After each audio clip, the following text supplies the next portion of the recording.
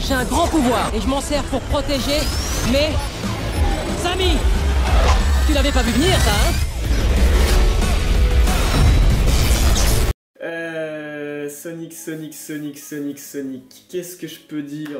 Bon, je suis quand même enfermé dans un paradoxe, hein. Parce que je suis motivé à fond pour faire une critique. Mais par contre, parler de Sonic, c'est un peu plus compliqué que ça. Parce que je sais pas du tout comment l'aborder en fait. Je ne sais pas si je dois l'aborder comme un film pour enfants ou si je dois l'aborder comme un film comme j'aborderais The Gentleman par exemple. Bon, déjà, on va parler des fondamentaux. Sonic, c'est un film réalisé par Jeff Fowler. C'est un réalisateur que je ne connaissais absolument pas et je comprends plus pourquoi, parce que c'est son deuxième film et son premier film, je sais même plus ce que c'est, j'ai pas regardé, je vous avoue. Donc pour les rôles principaux, il y a le retour de Jim Carrey, qui a littéralement été supprimé des affiches françaises, à croire que, comme tout le monde dit, que ce n'est pas un argument de vente pour le film. Maintenant que j'ai vu le long métrage, c'est peut-être mieux comme ça, parce que ça m'attriste de le voir dans ce genre de navet. On va pas peser nos mots, voilà, vous avez déjà mon point de vue sur le film, je trouve que c'est un navet, il n'y a pas d'autres mots. Bon, plus sérieusement, si vous voulez mon avis global sur le film, sans spoiler, bon, ce qu'il faut dire, c'est que je m'y attendais, hein. Honnêtement, je m'attendais à voir un mauvais film. J'y suis allé quand même dans de bonnes intentions, j'ai voulu être surpris, je me suis dit, est-ce que ce bad buzz était vraiment justifié? Non, mais après, tu comprends pourquoi, c'est pas beau. Enfin, du moins, 90% du cas. C'est vraiment pas bien joué. C'est vraiment pas bien joué du tout, même. Je ne sais pas si je suis assez qualifié pour parler de l'acteur, mais vraiment là, on voit que c'est surjoué. Jim Carrey, d'un côté, ça me dérange pas parce que t'as l'habitude de le voir dans ses rôles, hein. Enfin, il a toujours eu des rôles très burlesques, très surjoués. Mais d'un côté, il y a James Marsden, que j'ai découvert dans Westworld, best série ever. Voilà, il surjoue à fond, il est transparent, enfin, c'est un personnage qui est complètement con de toute manière, et que c'est comme l'actrice qui joue sa femme, je n'ai pas le nom de l'actrice, hein, je vous avoue, mais j'ai l'impression que je vais dire exactement les mêmes choses que dans mon ancienne critique. C'est des personnages transparents, ils sont totalement débiles, ils sont là pour être là, et ils ont aucune profondeur, et en fait, il y a plein de choses dans le film qui sont incohérentes. C'est quelque chose qui me tue, c'est que il y a aussi dans ce film des choses piquées ailleurs, hein. On va carrément dire ça comme ça. J'ai 3 exemples en tête. C'est un film qui a eu 90 millions de budget, quand on sait aussi qu'il y a 5 millions de budget qui sont repartis dans le redesign de Sonic, parce qu'à la base, le design n'était pas du tout, mais alors pas du tout, bah c'était de la merde quoi. Ce qui me fait rire, c'est qu'il y a une théorie du complot autour de ça, comme quoi ce design serait un bad buzz pour faire parler du film. Je ne vais pas rentrer là-dedans, j'y crois pas, quel est l'intérêt? C'est moche quand même de toute manière, quoi qu'il arrive. Et je pèse pas mes mots, hein, sans déconner. Je ne comprends pas comment ce film a pu voir le jour en fait. Vraiment,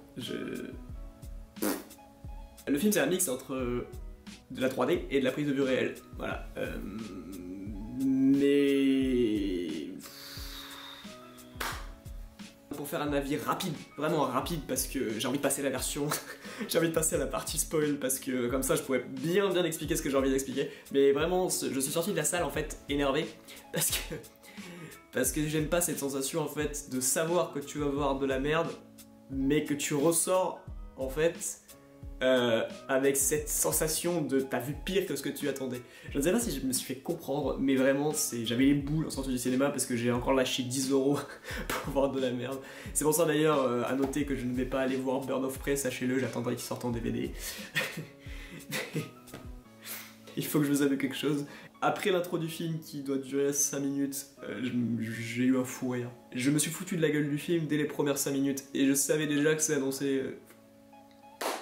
Donc pour retracer un peu l'histoire du film, quand même, Sonic qui est tranquille sur sa petite planète, je sais pas si on peut appeler ça une planète d'ailleurs, hein, c'est même pas expliqué dans le film, bon bref, il est tranquille dans son monde, il s'avère qu'il s'est fait voir, il s'avère qu'il a été aperçu par quelqu'un, ou par un groupe d'individus méchants, et il a dû changer de monde, du coup il est arrivé sur la Terre sur laquelle il vit caché, jusqu'au jour où il va se faire voir par les mauvaises personnes, suite à un événement On en reviendra dans la partie spoil. Le personnage de James Marsden qui s'appelle Thomas Wachowski, tu vois où je veux en venir. Il le trouve dans... il le trouve. Suite des événements un peu catastrophiques. Je vais passer à la partie spoiler parce que là j'ai vraiment du mal en fait à exprimer mon avis sans spoil. Du coup, mon avis avec spoiler. Les premières 5 minutes sont méga intéressantes en vrai parce que ça prend une direction plutôt cool. Mais du coup c'est la VF de Malik Bentala qui m'a sorti du film, il faut le savoir. J'ai explosé derrière vraiment quand j'ai entendu Malik Bentala. Parce qu'au début en fait ce qu'il faut savoir c'est que c'est pas Malik Bentala parce que Sonic est petit. Et du coup c'est une voix d'enfant. Et c'est triste à dire mais l'enfant double mieux que lui. Il y a 2-3 choses que je ne comprends pas dans le film. C'est vraiment, il y a un point. Je ne sais pas comment ils ont pu laisser passer ça, surtout qu'ils ont refait toute la post-production et je pense que même avec un œil de monteur, tu peux pas rater quelque chose d'aussi flagrant. Thomas va faire un appel téléphonique dans une cabine téléphonique, c'est logique jusque-là, et il dit à Sonic de rester dans la voiture, ce qu'il ne va pas faire. Et du coup, il va se retrouver dans un bar que je l'appellerai le bar de motard. Et il s'avère que Thomas avait acheté à manger et les a posés sur le capot. Du coup, il se passe toutes les scènes dans le bar, toutes les courses sont encore sur le capot, et quand ils partent, il y a un autre plan pour montrer la voiture qui part, et tout a disparu. Faux raccord! Et c'est ça, c'est là où tu vois, où je ne comprends pas, parce que c'est des choses évidentes, c'est pas un raccord compliqué. Je veux dire, tu as posé quelque chose, tu l'enlèves de façon logique. Il y a un script pour ça au cinéma.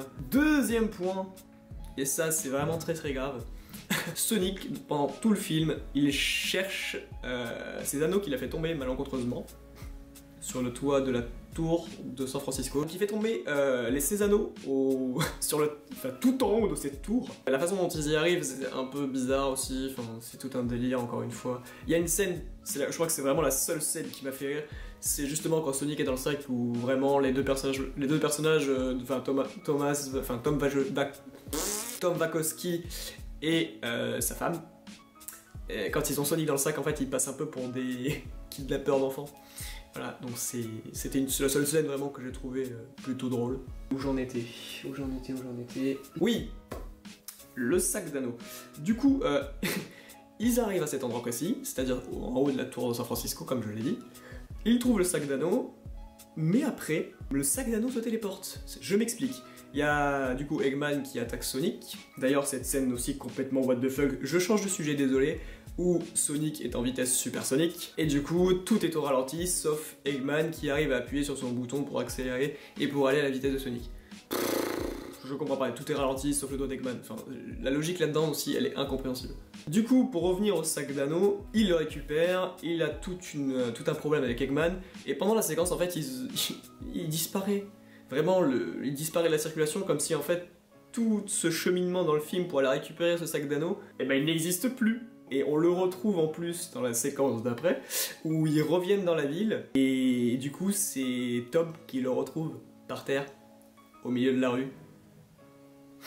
Comment il a pu se téléporter? Je suis bien conscient qu'il y a des anneaux avec lesquels tu peux te téléporter, mais...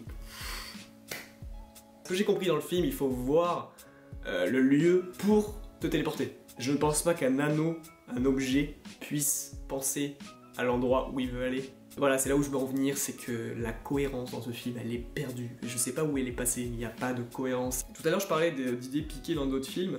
D'abord, il y a cette scène-là qui se passe sur l'autoroute, où il y a ces espèces de disques qui surfent entre guillemets sur la route, on va dire ça comme ça. Ça m'a fait extrêmement penser en fait à ce qu'utilise le soldat de l'hiver dans Captain America, le soldat de l'hiver, et quand il utilise ce disque pour faire sauter la voiture de Nick Fury. Je ne sais pas si vous vous rappelez de cette scène, je vous l'affiche juste là de toute façon. Ensuite, il y a toute cette séquence où Eggman danse avec de la musique et qu'il essaye d'optimiser le pouvoir de Sonic dans son camion pour son vaisseau. Je veux dire, ça fait penser à Tony Stark, à Iron Man, tout ça. Il y a aussi ce plan qu'on a déjà vu dans Black Panther. Et voilà, donc ça fait vraiment 3 références à Marvel que j'ai chopées. Ah pardon, j'en oublie une. J'ai oublié la fameuse scène qui est surutilisée maintenant dans tous les films, qu'on avait vu dans X-Men Day of Future Past, si je me rappelle bien. Cette fameuse scène avec Quicksilver en fait, où il va tellement vite qu'il arrête le temps. On la revoit dans la scène du bar avec Sonic, elle est poussée à l'extrême, il y a des gags qui sont vraiment lourds. comme la plupart des gags de toute manière dans ce film. Après il y a un autre truc que je comprends pas dans le film, c'est les réactions qu'ont les gens envers Sonic en fait. Il y a des moments où ils vont être terrifiés, sans déconner, ils vont vraiment être terrifiés de voir Sonic, genre ah qu'est-ce que c'est que ça mon dieu. Et il y a des moments où en fait il va être dans la rue comme ça et personne s'en rendra compte. Et ce que je trouve complètement bête dans ce film, c'est que en fait, le personnage de Tom lui demande de se cacher tout le temps, tout le temps, tout le temps, tout le temps. Et après, au final, il se dit bah écoute, on s'en fout. Je vais reprendre la scène du bar. À la base, il devait rester caché dans la voiture. Il se retrouve dans un bar totalement normal et à découvert, et personne ne se dit il y a un problème là. C'est rempli d'incohérences et c'est pour ça que je me suis fait chier. Je pèse pas mes mots, je suis désolé, mais j'ai du mal à trouver des points positifs. Je vais essayer de revenir en fin de vidéo sur ce que j'ai aimé. Même si c'est un grand mot. Je déteste faire une critique négative à 100%. Mais voilà, c'est ce genre de choses qui m'ont complètement sorti du film. Je répète beaucoup complètement. C'est ce genre de choses qui m'ont sorti du film. Mais même la VF, en généralité, elle est pas bien. Il y a que la voix de Jim Carrey vraiment qui est géniale parce que c'est la même depuis longtemps. Les effets spéciaux, ils sont tantôt pourris, vraiment, tantôt bof. Ils sont vraiment pas bien les effets spéciaux, faut le savoir, c'est... Là tu vois, les incrustations 3D, c'est pas lissé, c'est pas beau, c'est... Parlons un peu de points positifs, des trucs que j'ai bien aimés. Le logo Sega au début est plutôt stylé. Je suis désolé, hein, je troll un peu, mais... J'ai bien aimé les deux références au Grinch et à The Mask. Je m'explique, en gros, à un moment donné, Jim Carrey, quand il optimise justement le pouvoir de Sonic en fait pour son vaisseau, il balance un gros Splendide. Il y a aussi un moment donné où Jim Carrey dit qu'il reviendra pour Noël et je pense que c'est une grosse référence au Grinch aussi. Voilà, donc c'est ça, Jim Carrey fait du Jim Carrey, c'est impossible d'être déçu dessus. J'ai du mal en fait à lui reprocher quelque chose parce que c'est... Enfin, ce genre de rôle, il l'a fait tout le temps, au final, sauf dans Truman Show, où c'était un peu plus complexe. Et les autres acteurs sont complètement pétés. Vraiment, ils sont nuls à chier. Mais du coup, on va revenir au point positif parce que je m'égare. Est-ce que j'aurais noté des points positifs? Le logo Paramount au début est vraiment cool. Le logo Sega est super beau. Et le générique 16 bits est cool. Et Jim Carrey. Voilà, mais c'est ça aussi, c'est un point que je comprends pas, c'est que les critiques US sont elles sont pas dithyrambiques. Moi je me réfère souvent à Rotten Tomatoes et quand je vois ça, ils sont en train de me dire, moi, Sonic, c'est pareil niveau qualité que Joker. Voilà, je suis désolé, hein, c'était une critique un peu bashing sur Sonic. J'aurais jamais imaginé que dans ma vie j'aurais payé 10 € pour voir un téléfilm, parce que c'est ce que c'est Sonic, hein. C'est vraiment un téléfilm qui pouvait passer sur Nickelodeon ou Gulli. C'était vraiment pas bon, il y a très peu de points positifs, je me suis pas du tout éclaté devant ce film, je me suis fait chier, je vous le dis franchement. Je l'ai jugé vraiment en tant que film, parce que pour moi c'est là où je trouve les axes les plus intéressants, parce qu'au final si on le juge comme un film pour enfants, un gamin de 8 ans il va s'éclater, hein. Franchement il cherchera pas à comprendre. Mais voilà, c'est tout ce que je pouvais vous dire sur Sonic et... Cette vidéo touche à sa fin, j'espère en tout cas qu'elle vous aura plu, j'ai pas trop été... disons que j'étais pas trop enthousiaste à l'idée de voir le film. Dans la globalité des choses, je n'ai pas du tout aimé Sonic. Ça me met dans l'embarras parce que j'ai 2 critiques sur ma chaîne YouTube et 2 critiques où je n'ai pas vraiment aimé le film. J'espère que ça vous aura plu, en tout cas j'espère que la qualité vidéo vous fait plaisir aussi. Et encore une fois, je veux vous dire merci du fond du cœur pour tous vos retours. N'hésitez pas à vous abonner, à aimer la vidéo, à la partager en masse. Blablabla. Salut!